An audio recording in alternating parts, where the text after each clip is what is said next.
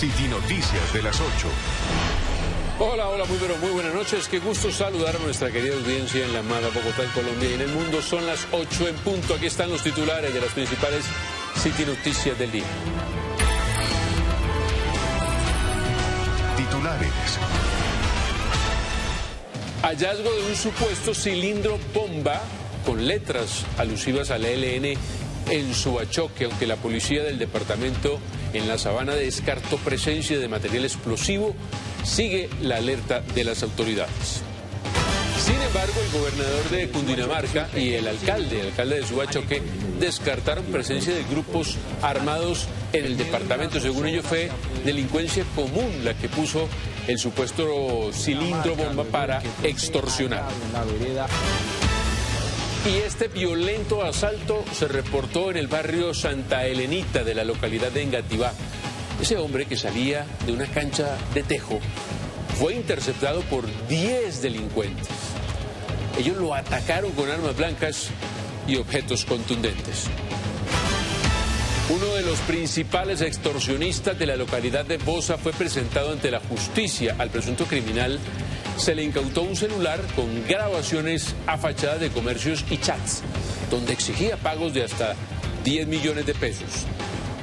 Y la nueva polémica en este puesto de control contra piques ilegales en la calle 26. Los vecinos de la zona se enfrentaron con el concejal Julián Forero, conocido como Fushi, quien protestaba porque, según él, ese operativo era ilegal. Y reabrirán en el Consejo la subcomisión de vigilancia de la segunda línea del metro, luego de haberse declarado desierta su licitación. Los cabildantes exigen mayor control, pues ya tendría 3 años de retraso. Noticias en movilidad en el departamento, en Cundinamarca. El Regiotran de Occidente ya tiene un 34% de ejecución según el gobernador. Se espera además una reunión clave de ese mandatario con el alcalde Galán sobre el pico y placa de los fines de semana. Ojo, prepárese para el día sin carro y sin moto. La Secretaría de Movilidad entregó detalles sobre la jornada que será el jueves 5 de febrero desde las 5 de la mañana y hasta las 9 de la noche. Le confirmamos cuáles serán las excepciones. Ojo con los expertos que alertan por el incremento de las infecciones respiratorias agudas en este inicio de 2026 frente al año pasado. Se ha registrado un aumento del 31% en atenciones externas y en urgencias. Y la polémica por el anuncio de Ecuador de ponerle aranceles de 30% a las importaciones colombianas a partir del 1 de febrero. Mientras los expertos hablan de violación de acuerdos, hay reacciones del gobierno y de los comerciantes. Y los colombianos en la Liga de Campeones, mientras Lucho Díaz regresó, luego de 2 fechas de sanción con el Bayern Múnich, don Camilo Durán anotó doblete en el triunfo del Karabaj de Azerbaiyán. Y las actrices colombianas Catalina Sandino y Sasha Calle brillan en la nueva película de Netflix Terrible, Sin Terraza, en 89 países. Y llega esta la nueva edición del Carnaval de Barranquilla. Les tenemos todos los detalles aquí en el estudio. Estamos con fe, con esperanza y con mucho amor aquí en la City Noticias de las 8 por toda Bogotá. Bienvenidos. Noticia del día. Son las 8:04 de la noche, una temperatura en nuestra amada Bogotá de 9 grados Celsius. Mucha atención porque el hallazgo de un supuesto cilindro bomba con letras alucidas al grupo ELN, el municipio de Suachoque, alteró la tranquilidad de la sabana de Cundinamarca. Aunque la policía descartó la presencia de material explosivo, alertó este tema a las autoridades. Cuéntenos qué fue lo que pasó, Camilo. Buenas noches. Jonathan y televidentes, ¿qué tal? Muy buenas noches. Efectivamente, tras el hallazgo de este cilindro, en alerta se encuentran las autoridades. Los hechos ocurrieron en la noche de este lunes en una vía de la vereda El Hato, esto en el municipio de Subachoque, Cundinamarca. Un residente de la zona fue quien dio aviso a las autoridades. Estas imágenes corresponden a todo ese dispositivo que se realizó en este punto de la región. Por supuesto, se acordonó la zona y un equipo de técnicos de anti-explosivos estuvieron en el lugar verificando este artefacto que tenía, como usted muy bien lo menciona, letras alusivas a este grupo al margen de la ley del ELN. Sin embargo, el resultado de estas pesquisas adelantadas por las autoridades es que no se halló material explosivo dentro de este cilindro. Asimismo, a través de un comunicado, la policía de la Sabana descartó que en los 21 municipios que pertenecen a este departamento de la Sabana haya presencia de estos grupos armados. Sin embargo, para expertos, aunque este hecho se da en medio de una escalada de violencia protagonizada por este grupo armado en diferentes zonas del país, lo que buscaba este hecho para algunos expertos, lo que ocurrió en el municipio de Subachoque, Cundinamarca, era analizar las capacidades de la fuerza pública en la periferia de la capital del país. El miedo y la zozobra se apoderó de los habitantes del municipio de Subachoque, Cundinamarca, luego de que fuese hallado en la vereda El Hato, vía la cuesta, un cilindro abandonado en la zona con letras alusivas al grupo del ELN. Se procedió al aislamiento del perímetro mediante acordonamiento y control de accesos en las entradas y salidas aledañas con el fin de proteger la vida e integridad de la comunidad. En medio de la intervención por parte del personal de técnicos de antiexplosivos, se realizó la inspección del elemento hallado conforme a los protocolos, quienes descartaron la presencia del material explosivo. Actualmente en los 21 municipios que conforman el departamento de la Sabana no se tiene injerencia de ningún grupo armado organizado al margen de la ley, así como antecedentes de posible presencia de actores de estos grupos. Aunque las autoridades descartan la presencia de grupos armados en la región, el hecho se da en medio de una escalada de violencia en diferentes zonas del país. Para expertos, el empleo de estos artefactos busca distraer capacidades de la fuerza pública y validar su poder en la periferia de la capital del país. El evento de Subachoque no es delincuencia común, sino una operación de guerra psicológica de baja intensidad que confirma la porosidad de los corredores estratégicos entre el Magdalena Medio y la Sabana. Técnicamente el ELN emplea una estructura de red no lineal, por ello la negación de las autoridades basada en la ausencia de frentes rurales consolidados. Es un anacronismo, lo que enfrentamos es una presencia nodal mediante redes de apoyo al terrorismo que utilizan la infraestructura vial. A esta hora las autoridades continúan adelantando la investigación y de esta manera identificar quiénes serían los responsables de abandonar este cilindro con letras alusivas al ELN en el municipio de Subachoque, Cundinamarca. Sin embargo, pues el gobernador de Cundinamarca y el alcalde de ese municipio de Subachoque descartaron la presencia de grupos armados en ese departamento. Según ellos, fue delincuencia común la que puso ese cilindro bomba para extorsionar. Andrés, cuéntenos. Hola Jonathan, para usted muy buenas noches y para todos los televidentes es un gusto saludarlos. Así es, estuvimos hablando con el alcalde de Subachoque. Lo que él dice es que este municipio es muy seguro, sin embargo pide un refuerzo en la seguridad. El gobernador de Cundinamarca, Jorge Emilio Rey, descartó que grupos armados ilegales hagan presencia en el departamento. Esto lo informó después de que en una de las vías del municipio de Subachoque abandonaran un supuesto explosivo. Realmente lo que sucedió en Subachoque es un pequeño cilindro alegórico a algún grupo al margen de la ley. Se hizo la inspección con caninos antiexplosivos que dio negativo de trazas de explosivos como tal. Delincuencia común buscaba crear pánico en el departamento. Para después llamar y extorsionar a algunos comerciantes. Delincuencia común que han aplicado este tipo de mecanismo para causar zozobra y para lograr su cometido extorsivo. Lo primero que hay que decir que Subachoque no tiene ningún tipo de estructura ni grupos al margen de la ley, que desde el momento en que se presentaron las circunstancias, nosotros lo que hicimos fue de manera inmediata activar todos los protocolos, advertir a todas las autoridades y pues eso fue lo que nos correspondió. Por su parte, el alcalde de Subachoque señaló que el municipio es uno de los más seguros del departamento.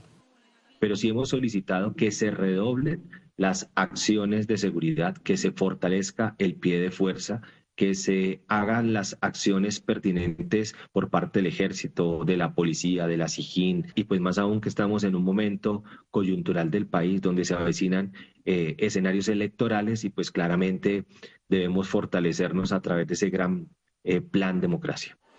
La alcaldía de este municipio informó que se asignó una fiscal especializada para dar con los responsables. Son las 8 o 10 minutos de la noche. En otras noticias les cuento que se registró un violento asalto allí en el barrio Santa Elenita de la localidad de Engativá.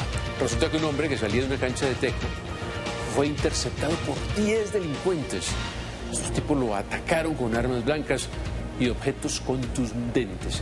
¿Qué le denunciaron y cómo está este hombre, Camilo?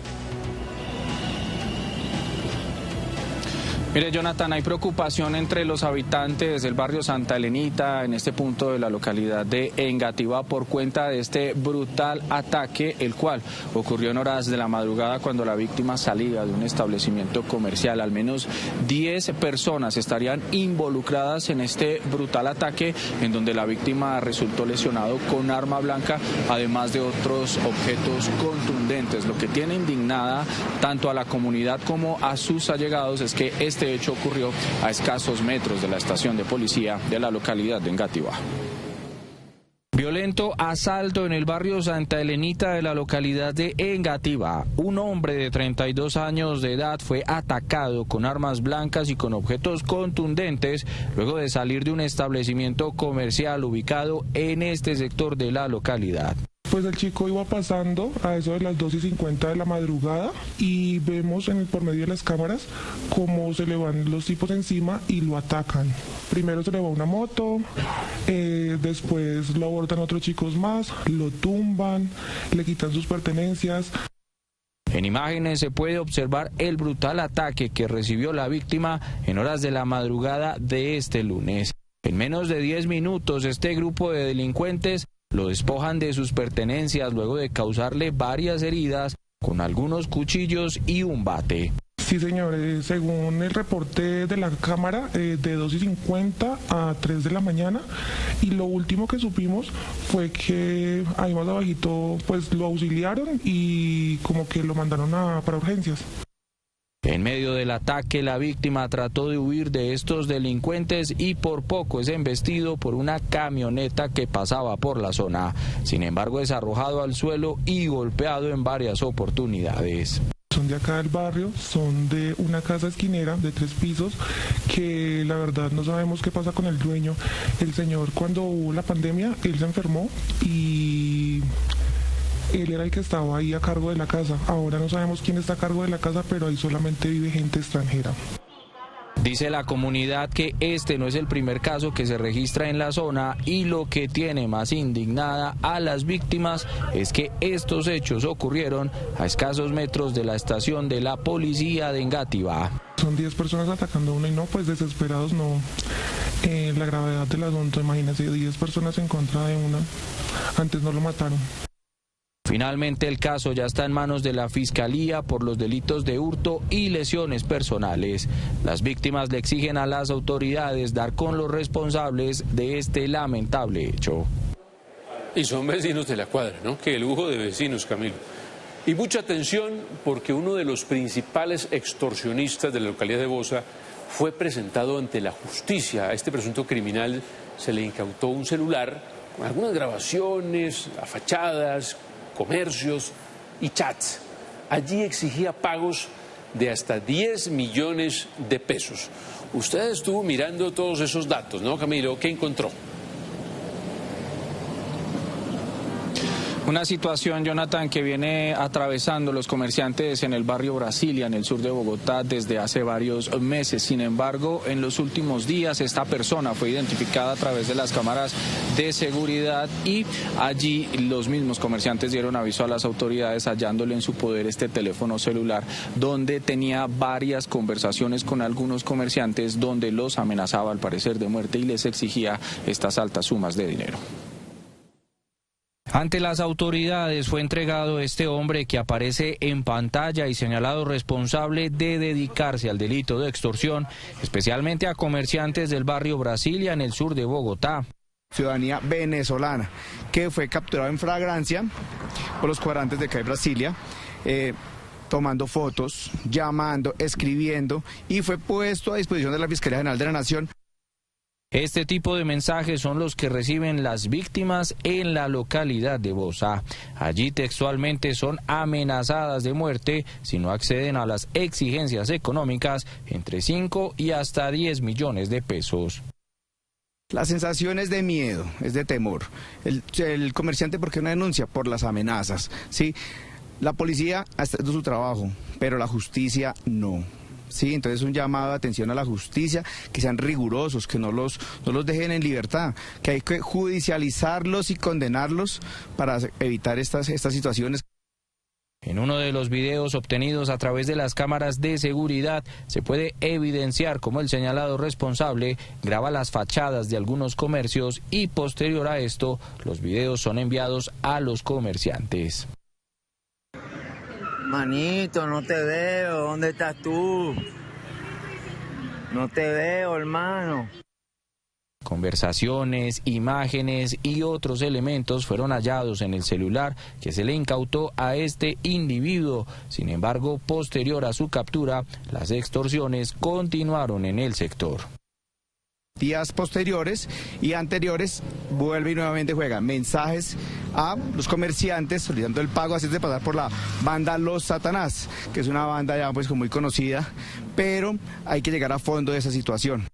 Por esta razón le piden al Gaula de la Policía Metropolitana de Bogotá acompañamiento y celeridad en las investigaciones para desmantelar toda la organización que estaría detrás de estas extorsiones en el sur de la ciudad. Y en otras noticias, la policía de La Sabana confirmó la captura de un hombre de 32 años de edad, quien tenía circular roja de la Interpol. Se presumía que este hombre había salido del país y fue, sin embargo, capturado por la policía de La Sabana en medio de labores de patrullaje que se estaban realizando. El hombre es requerido por el delito de acto sexual con menor de 14 años en el municipio de El Rosario. Este resultado operativo evidencia el compromiso inquebrantable del Departamento de Policía de La Sabana con la protección de niños, niñas y adolescentes, así como el trabajo articulado con organismos internacionales para garantizar que quienes atentan contra la integridad de la ciudadanía enfrenten la justicia. 8:17, seguimos con este tipo de capturas porque Migración Colombia y la policía capturaron a un ciudadano extranjero, tiene 24 años y es nacido en Países Bajos. Este personaje fue capturado cuando adelantaba un trámite rutinario y se identificó que era buscado por el delito de tráfico de personas. Usted tiene todo el dossier de esta persona, ¿no, Liz? Jonathan, televidentes, muy buenas noches. Pues mire, lo que se conoce es que este ciudadano habría ingresado al país por el Aeropuerto Internacional El Dorado con documentación en regla. Sin embargo, cuando decide acercarse a hacer un proceso de prórroga de permanencia, es allí donde, mediante cruce de información, las autoridades migratorias logran identificar pues que este hombre es buscado por autoridades internacionales. En el siguiente informe, los detalles. Este ciudadano extranjero proveniente de Países Bajos ingresó a Colombia hace 3 meses en condición de turista y con papeles en regla por el Aeropuerto Internacional El Dorado, condición que cambió semanas después luego de adelantar una solicitud de prórroga de permanencia que encendió las alertas. Mediante proceso de verificación y validación de un permiso de permanencia a un ciudadano extranjero de nacionalidad holandesa, quien se encontraba en la ciudad de Bogotá con fines turísticos, se estableció que sobre este existía una orden de captura internacional con notificación roja por el delito de tráfico de personas, el cual es un delito de especial seguimiento por parte de Migración Colombia. Mediante el cruce de datos con bases internacionales, las autoridades colombianas y migratorias lograron la captura del ciudadano de 24 años de nacionalidad holandesa, contra quien pesa la circular roja de Interpol. Luego de verificar la vigencia de esta orden internacional, el extranjero fue dejado a disposición a través de Interpol Colombia para su comparecencia ante la justicia. Cabe resaltar que entre el 2025 y en lo corrido del 2026, Migración Colombia ha desplegado más de 400 actividades de control y verificación migratoria, especialmente a extranjeros en las localidades de Santa Fe, Los Mártires, Fontibón, Kennedy, Suba, Chapinero y Engativá, dejando como resultado registros de identificación de 2.861 personas y la imposición de 154 medidas especiales de deportación y expulsión del país. Bueno, y por fin hubo conclusiones en esa fuga de la menor que deberá responder por el asesinato de David Nocua en la localidad de Usme. ¿Cuáles son esas conclusiones, Camilo?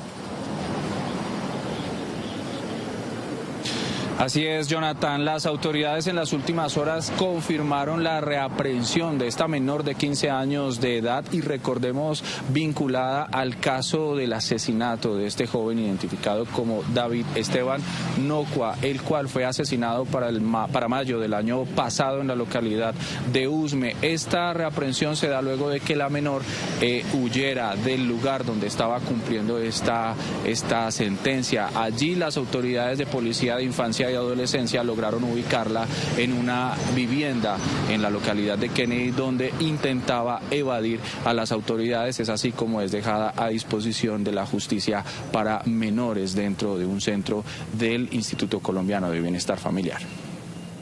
Es de anotar que esta menor se estaría escondiendo en una vivienda ubicada en la localidad de Kennedy. Finalmente deberá cumplir pena en centro de internamiento preventivo del Instituto Colombiano de Bienestar Familiar. Bueno, se conocieron nuevos detalles en el caso de la pequeña Valeria Afanador. La defensa de las víctimas pidió a la Fiscalía la imputación de cargos contra la rectora y 2 docentes del colegio. Mañana sostendrán un nuevo encuentro en el búnker de la Fiscalía. Liz, ampliemos un poco la información. ¿Qué va a suceder de aquí en adelante?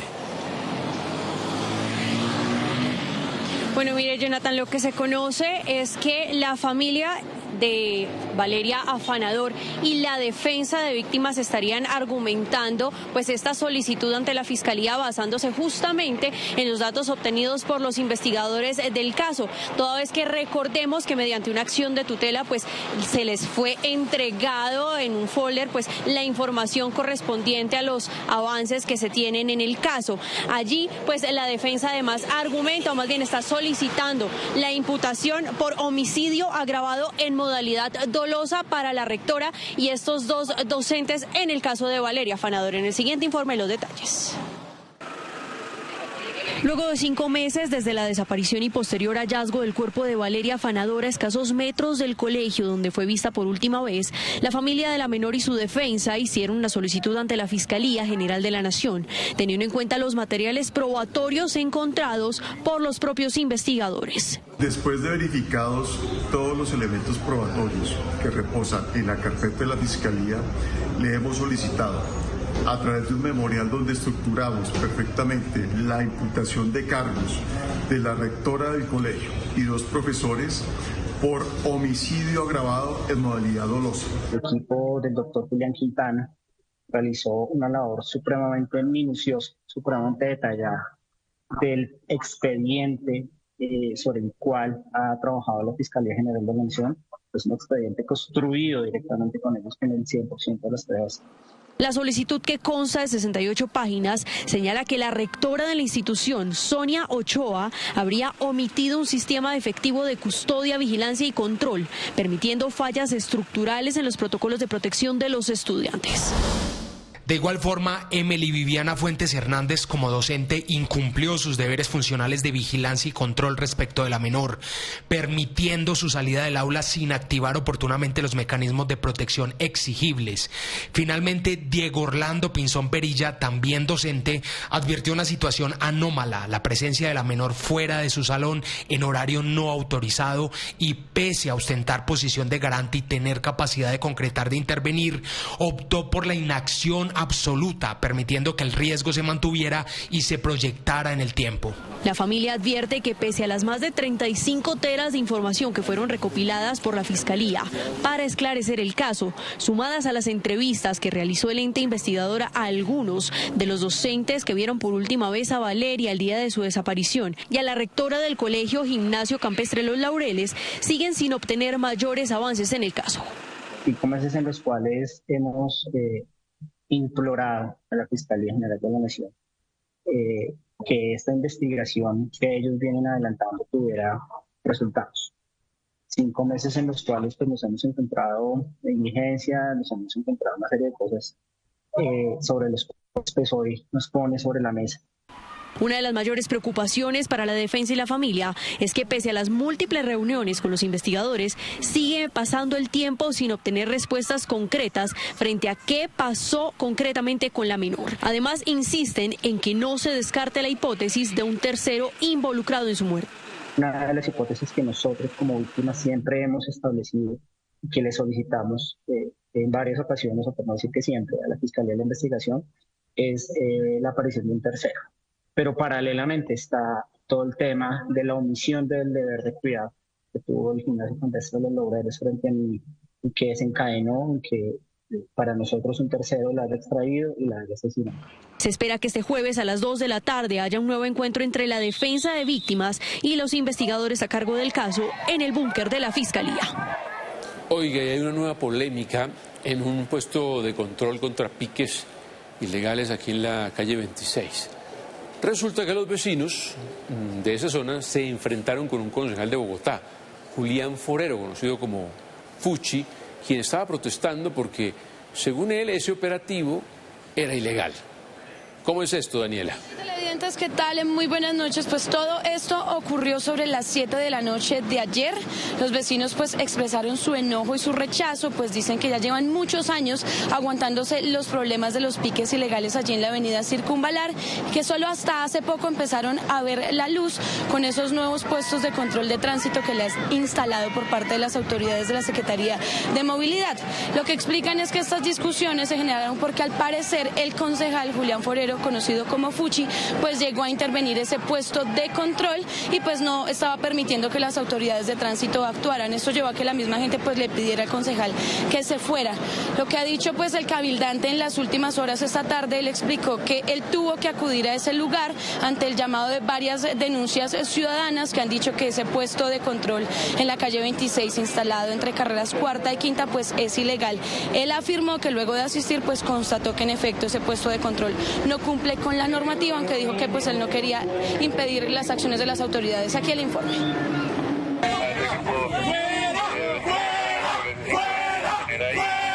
Indignados, residentes de al menos 8 barrios de la localidad de Santa Fe se plantaron la noche del martes para defender un puesto de control de tránsito ante una intervención del concejal Julián Forero, conocido como Fuchi, que según percibió la comunidad no habría querido permitir el accionar de las autoridades.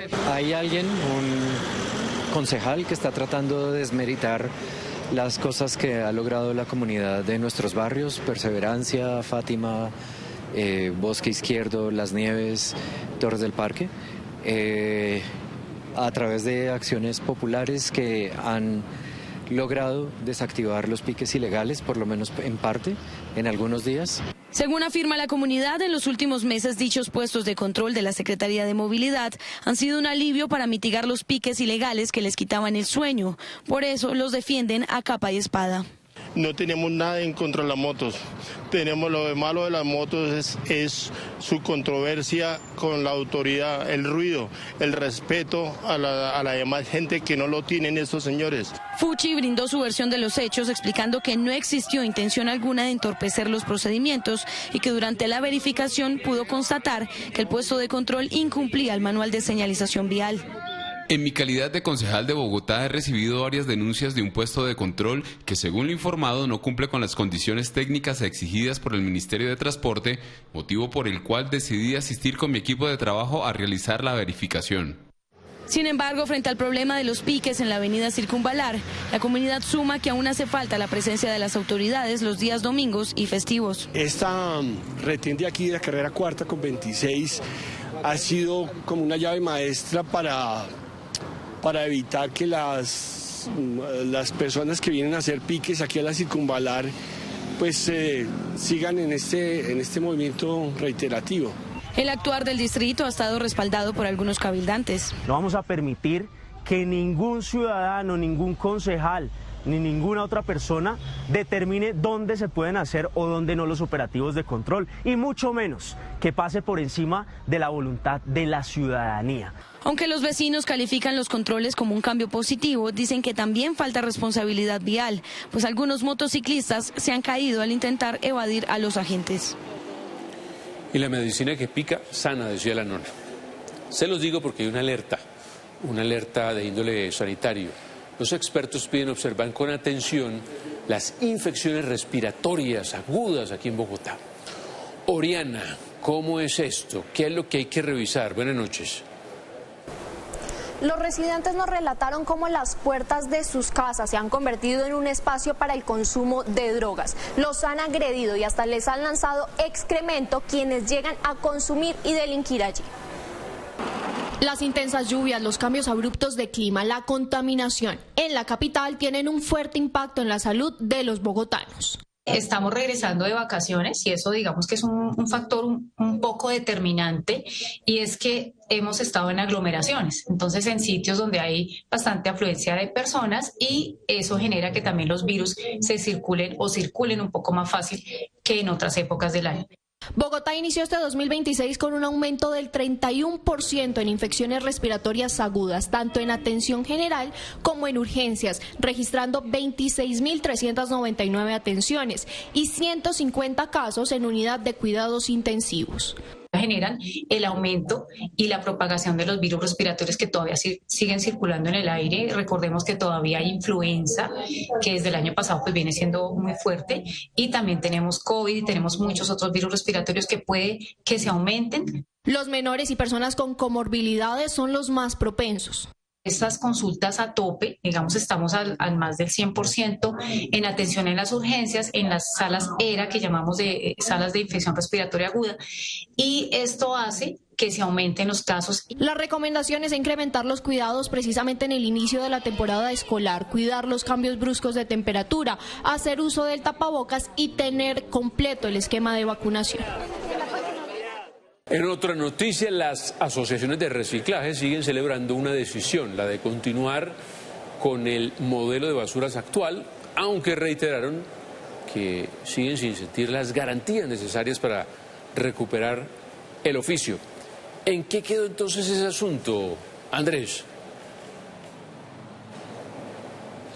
Mire, Jonathan, este modelo de aseo continúa en Bogotá. Además, la CRA informó que las áreas de servicio exclusivas se podrían ampliar a 8 años.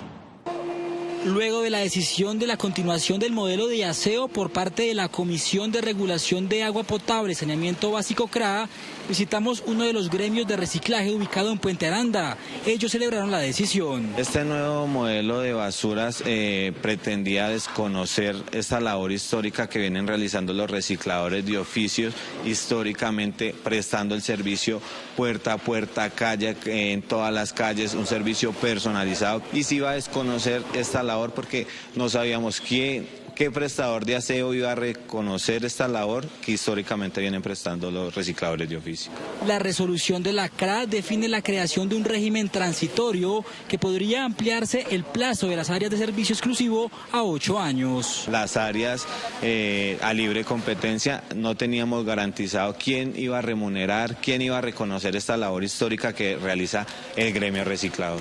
Estas áreas de servicio iban a estar, no había un prestador fijos en las localidades, en diferentes áreas como lo hay hoy en día, que hay prestadores con áreas de servicio excluidas. Entonces nosotros desconocíamos quién nos iba a reconocer el servicio que prestan todos los recicladores de oficio, las organizaciones de recicladores. Desde el distrito informaron que revisarán los contratos y la planeación del modelo actual con los operadores. Eso entonces nos pone un panorama en el cual nosotros nos vamos a sentar con los actuales operadores a revisar cómo sería esa ampliación y para prepararnos en relación a una nueva solicitud de verificación de motivos para la adjudicación de unas áreas de servicio exclusivo que le permitan a los recicladores de oficio tener todas las garantías, pero adicional a eso y lo más importante también, que los ciudadanos tengan y perciban una mejora en la prestación del servicio. Quisimos consultar a la CRA sobre esta decisión, pero al inicio de esta emisión no entregaron declaraciones. 8:35, sigo con usted, Andrés, pero le cambio de tema. Hay buenas noticias, al parecer, con el Regiotran, que ya dice el gobernador que avanzó en un 34% de la construcción. Y tendremos una reunión, ¿no?, entre el gobernador y el alcalde, pero para tratar otro tema crítico, además, el pico y placa para los sábados aquí en Bogotá. Cuéntenos, Andrés. Mire, Jonathan, pues el gobernador de Cundinamarca informó que la reunión con el alcalde de Bogotá se realizaría en menos de 15 días. En un 34% de avance se encuentra la construcción del Regiotram de Occidente que beneficiará a los habitantes de Mosquera, Funza y Madrid. Estamos ya avanzando de manera significativa con el patio taller que tenemos en el sector del Corso en Facatativá.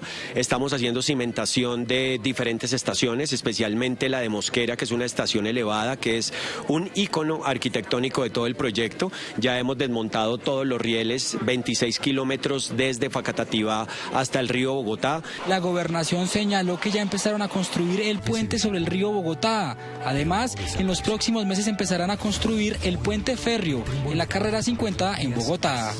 Es decir, que vamos bien, que vamos a buen ritmo y que esperamos en octubre del 2027 ponerlo en operación, como lo hemos dicho desde hace aproximadamente 4 años. El gobernador se volvió a referir a la reunión que tiene pendiente con el alcalde Carlos Fernando Galán para hablar sobre el pico y placa los fines de semana a vehículos que no estén matriculados en Bogotá.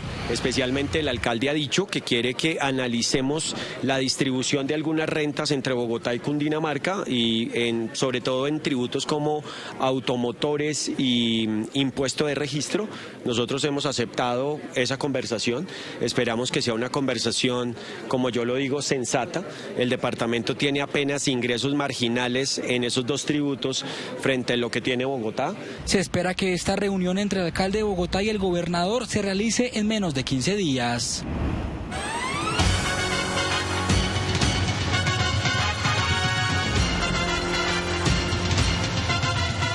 La otra noticia del día de hoy en el país es Ecuador. Paradójicamente, vea usted. Este país anunció que impondrá un impuesto del 30% de las importaciones colombianas desde el 1 de febrero. ¿Cuál es la razón, Rafael? Jonathan, buenas noches. Según el presidente Daniel Noboa, el arancel se impone ante la falta de reciprocidad en las acciones de Colombia para combatir a grupos armados que se dedican al narcotráfico y a la minería ilegal en la zona fronteriza. El ministro de Defensa, Pedro Sánchez, defendió la labor de las autoridades colombianas e insistió en que trabajan conjuntamente. El presidente de Ecuador, Daniel Noboa, anunció que impondrá un impuesto a las importaciones colombianas desde el 1 de febrero. Así lo confirmó a través de su cuenta de X.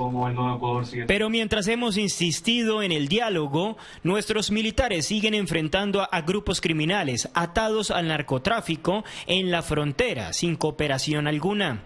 Por eso, ante la falta de reciprocidad y acciones firmes, el Ecuador aplicará una tasa de seguridad del 30% a las importaciones provenientes de Colombia.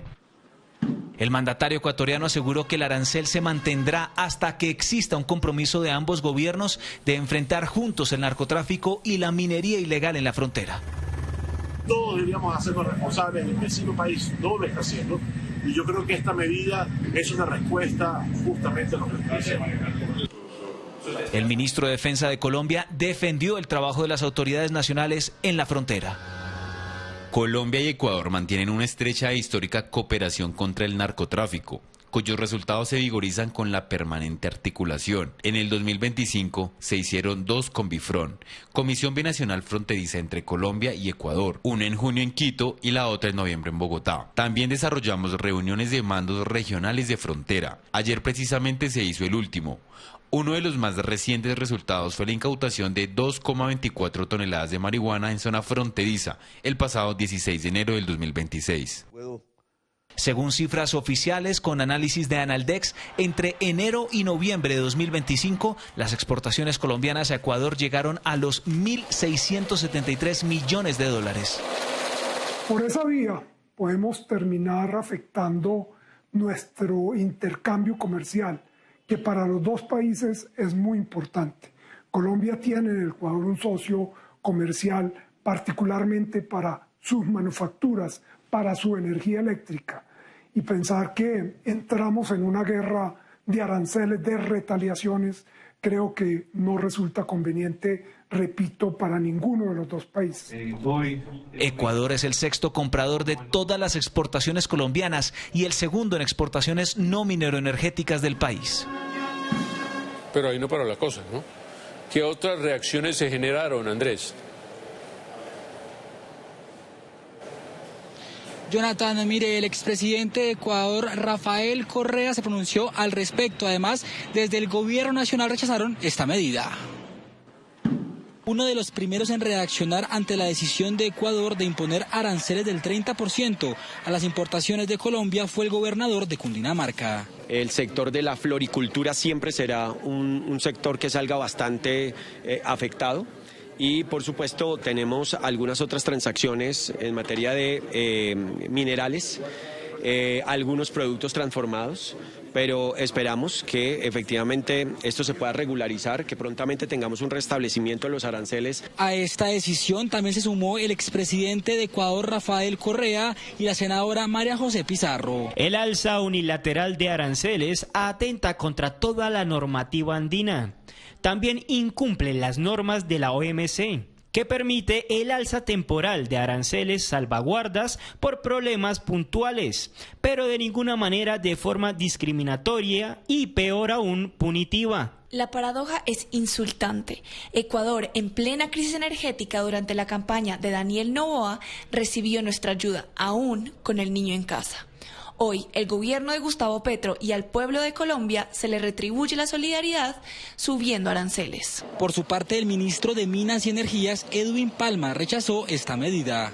Mantuvimos la venta de energía a Ecuador cuando su sistema más lo necesitó, exportando incluso en muchas ocasiones más de 450 megabytes de manera sostenida, 90% de capacidad que posee la infraestructura de exportación, incluso cuando nuestro sistema estaba pasando por la situación hidrológica de sequía más crítica de toda su historia, debido a los efectos del cambio climático. El ministro hizo un llamado al diálogo entre naciones y no tomar medidas unilaterales.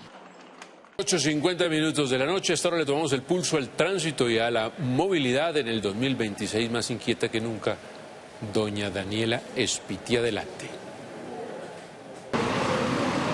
Jonathan, le estamos midiendo el pulso al tráfico aquí en el sector de la avenida NQS con calle 57, a las afueras del estadio Nemesio Camacho, El Campín. Recordemos que hay final del fútbol profesional colombiano de la Superliga entre Independiente Santa Fe y Junior de Barranquilla. A esta hora pues hay menor flujo vehicular, aunque en la tarde sí estuvo bastante complicado un poco el tema de los trancones aquí en este corredor vial, aunque Transmilenio ya todos los carriles también para carros particulares están funcionando con completa normalidad. Es que esta avenida también tuvo complicaciones un poco más temprano, sobre las 7 de la noche, pues un tractocamión quedó atascado en un puente vehicular aquí en la avenida NQS, pero con calle 19, más o menos por el sector de Palo Quemado, para que ustedes se puedan ubicar un poco mejor.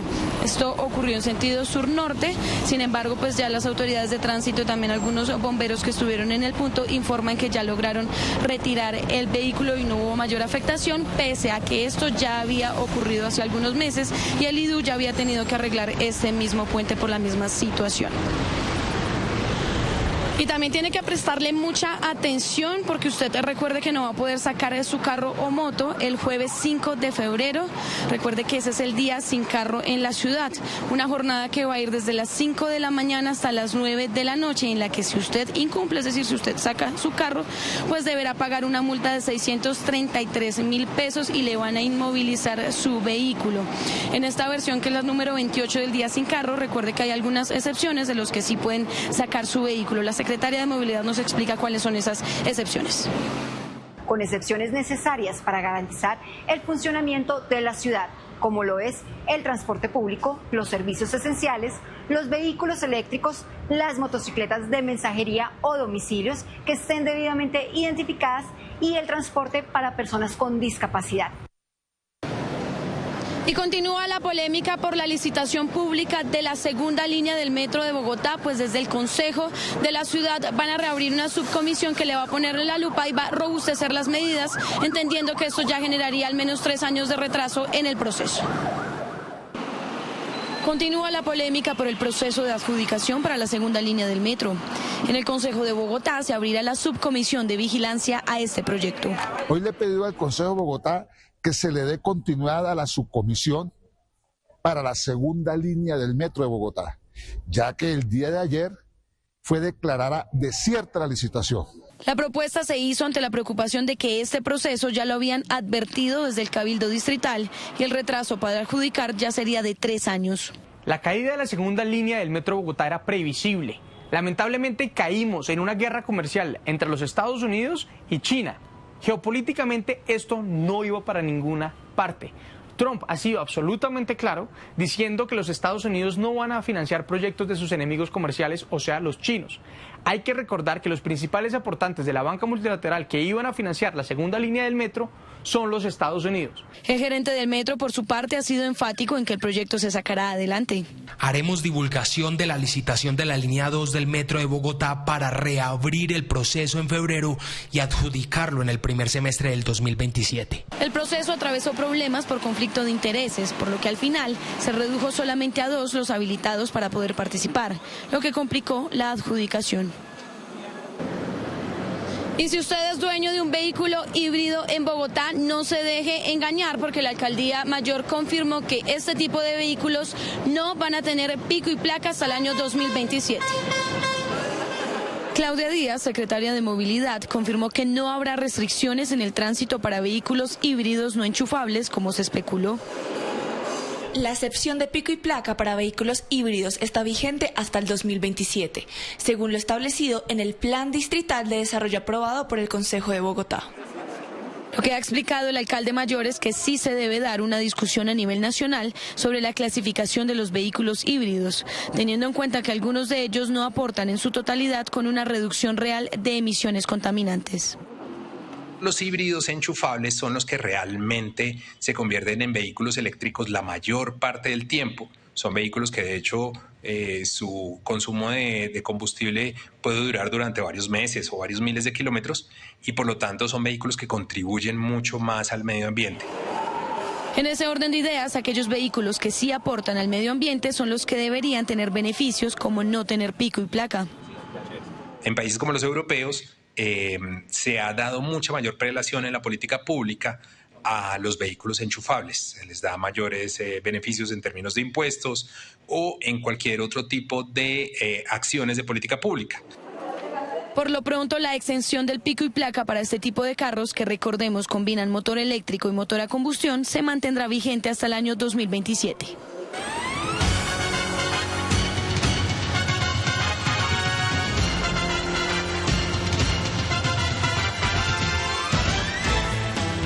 Bueno, y les cuento que hay consternación tras un hallazgo. El hallazgo de varios restos óseos de animales bajo un puente de la ciudad. Lisette, ¿qué ha conocido usted de esa situación hasta el momento?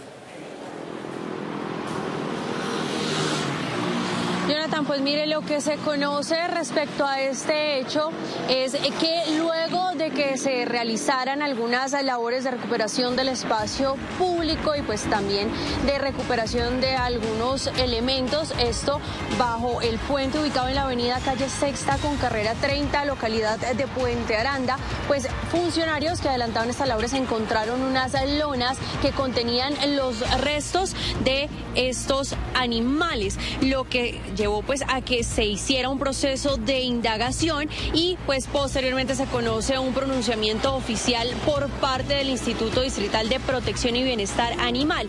Vamos a ver en pantalla justamente pues ese comunicado en donde pues esta entidad asegura, abro comillas, durante la inspección en el lugar realizada en articulación con la policía no se evidenciaron lagos hemáticos, órganos de animales ni otros elementos que indicaran la realización de sacrificios en el sector. Asimismo, tras la verificación correspondiente, no fue posible establecer que dichos restos estuvieran asociados a prácticas de sacrificio de animales ni de personas habitantes de calle que se estuvieran alimentando de estos restos. Las autoridades competentes continúan realizando las verificaciones necesarias, es lo que dicen a esta hora desde el Instituto Distrital de Protección Animal frente a este hecho que tiene consternada a la ciudadanía por el hallazgo de varios restos óseos de animales en el sector de Puente Aranda.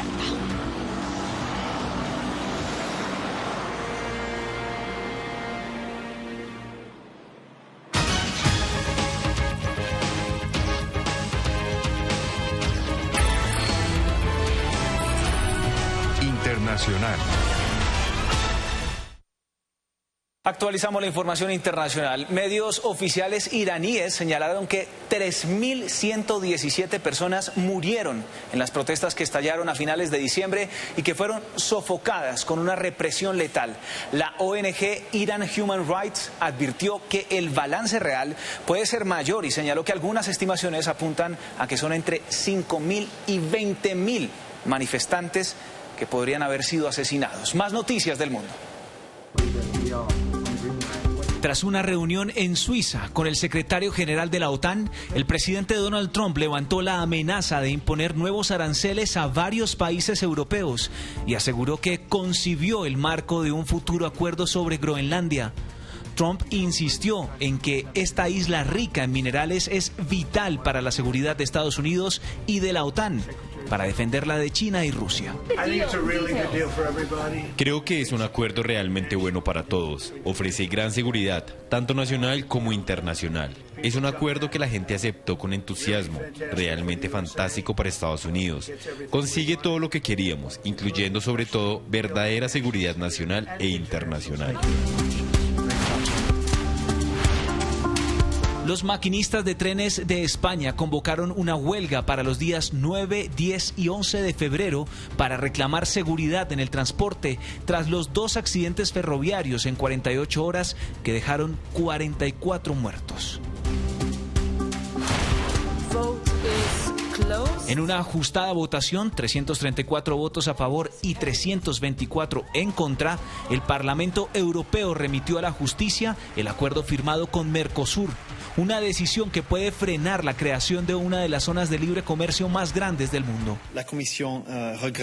La Comisión lamenta esta decisión del Parlamento Europeo. Según nuestro análisis, las cuestiones planteadas en la moción del Parlamento no están justificadas, ya que la Comisión ya ha abordado dichas cuestiones y asuntos con gran detalle. El Tribunal de Justicia Europeo analizará si el acuerdo respeta los tratados del bloque comunitario.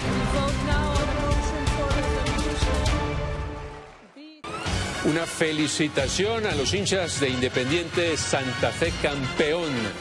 En este momento acaba de terminar el partido en el Estadio El Campín. 3-0 el resultado. Santa Fe es campeón de la Superliga. Saludos afectuosos a todos los hinchas cardenales. Y con esta noticia nos despedimos. Hasta aquí las City Noticias de las 8. Si quiere conocer las historias de la gente en citytv.com.co, siguiendo el código QR que aparece en su pantalla o en nuestras redes sociales. Mañana en Arriba Bogotá el resumen del campeonato de Independiente Santa Fe.